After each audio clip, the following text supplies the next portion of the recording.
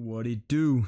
Bedtime crew. Hey man, listen, today I'm here to talk about the UFC fighters that get glazed the most. These are fighters that I just see people getting out the white glaze and going absolutely crazy, doing tricks on it basically for these UFC fighters. And in a lot of cases, I'm going to talk about why I think it's a bit much and why I think it's kind of undeserved or a little bit blown out of proportion the way that people glaze these guys.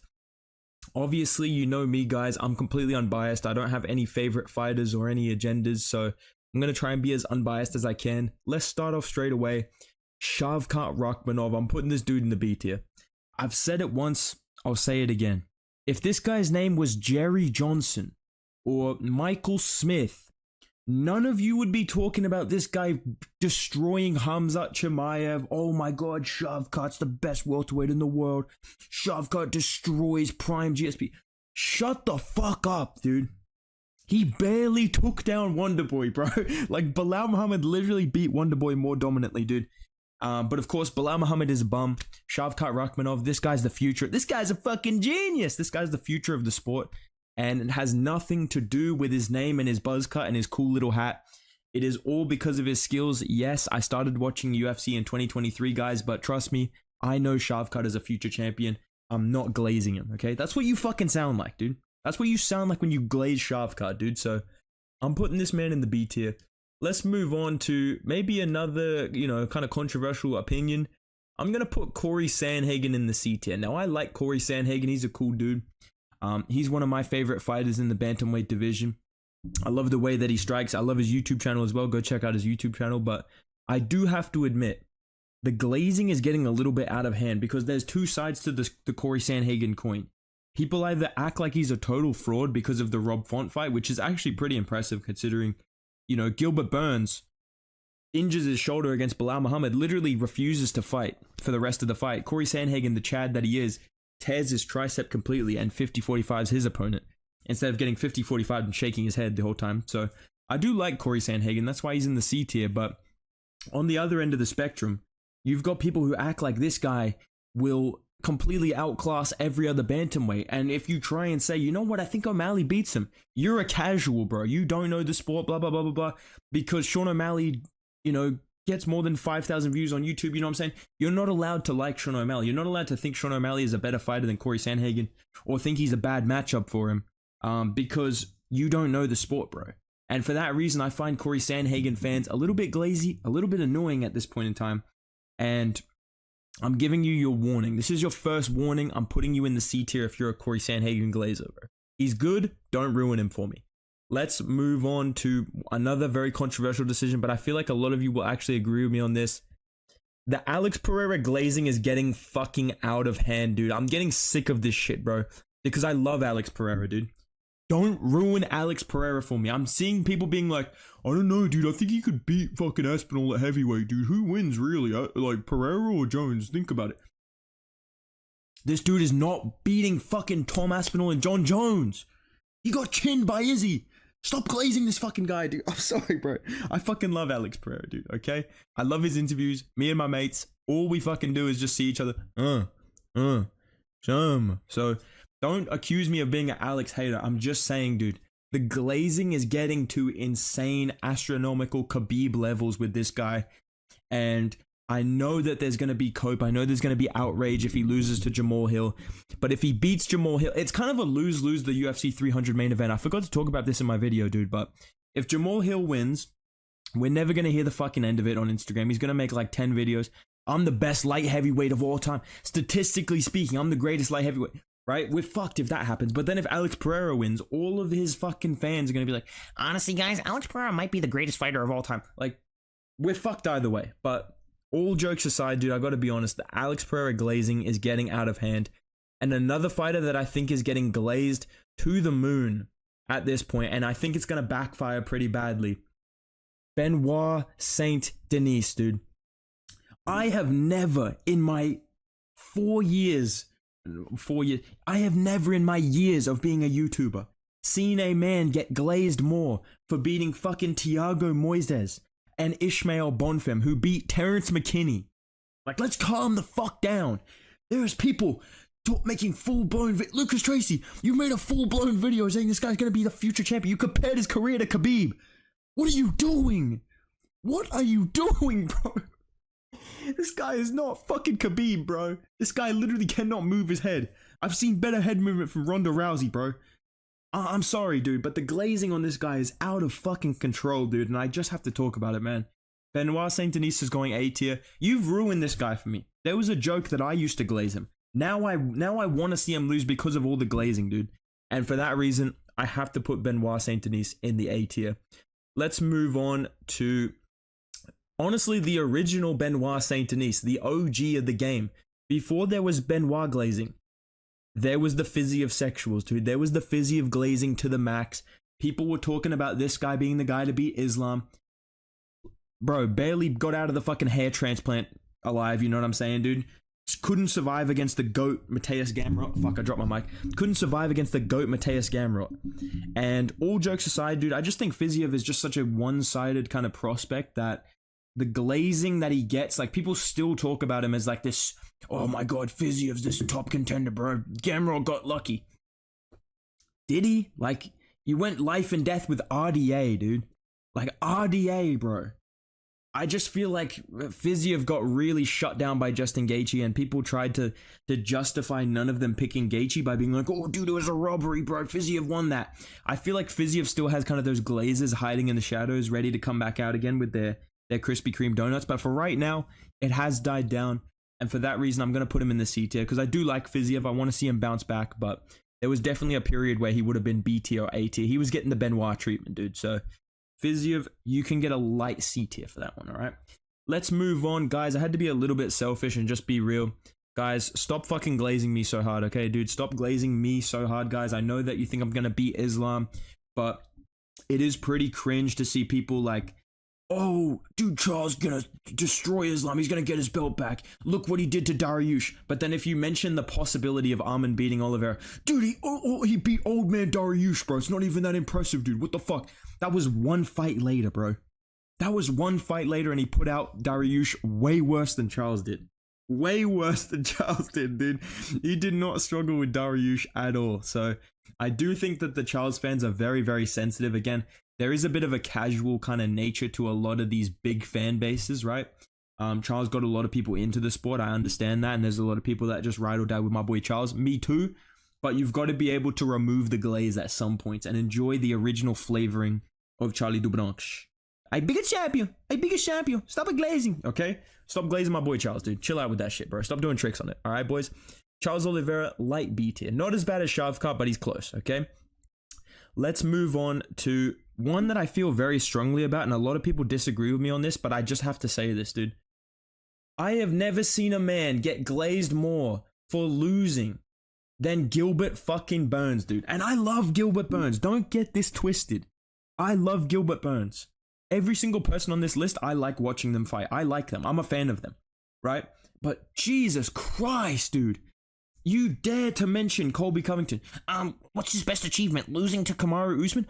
What's Burns' best achievement? Losing to fucking Chimaev? Like, what the fuck are you talking about, dude? He actually beat Woodley, bro. Oh, wow, that's crazy, dude. Damn. That's damn. Oh my god, he beat old man Woodley? Oh my god. Oh my god. But if you say Colby beat him, nah, that's shit, dude. He was washed up. Again, same thing with Charles, man, you know?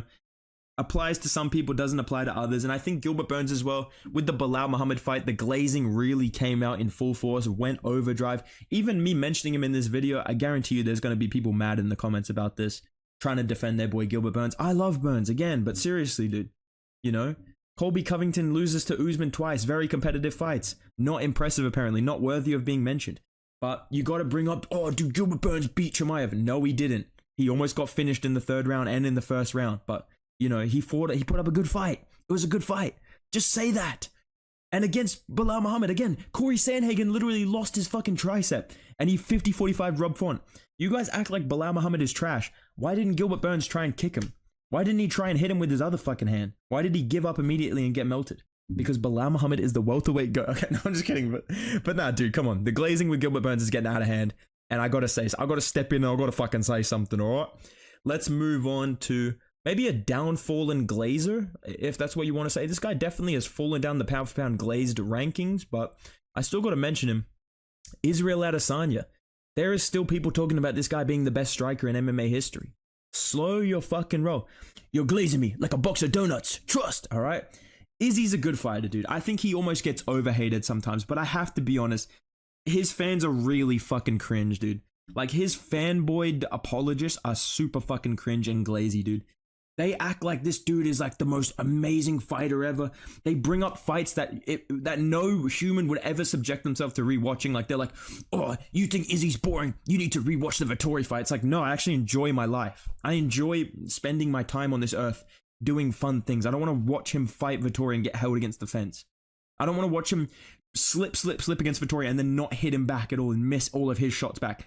And the thing about Izzy, and I'm going to talk about the guy in S tier with this as well, you can't just accept that you're a fan of a boring fighter. They got to try and act like you're the problem for finding these fucking guys boring, dude.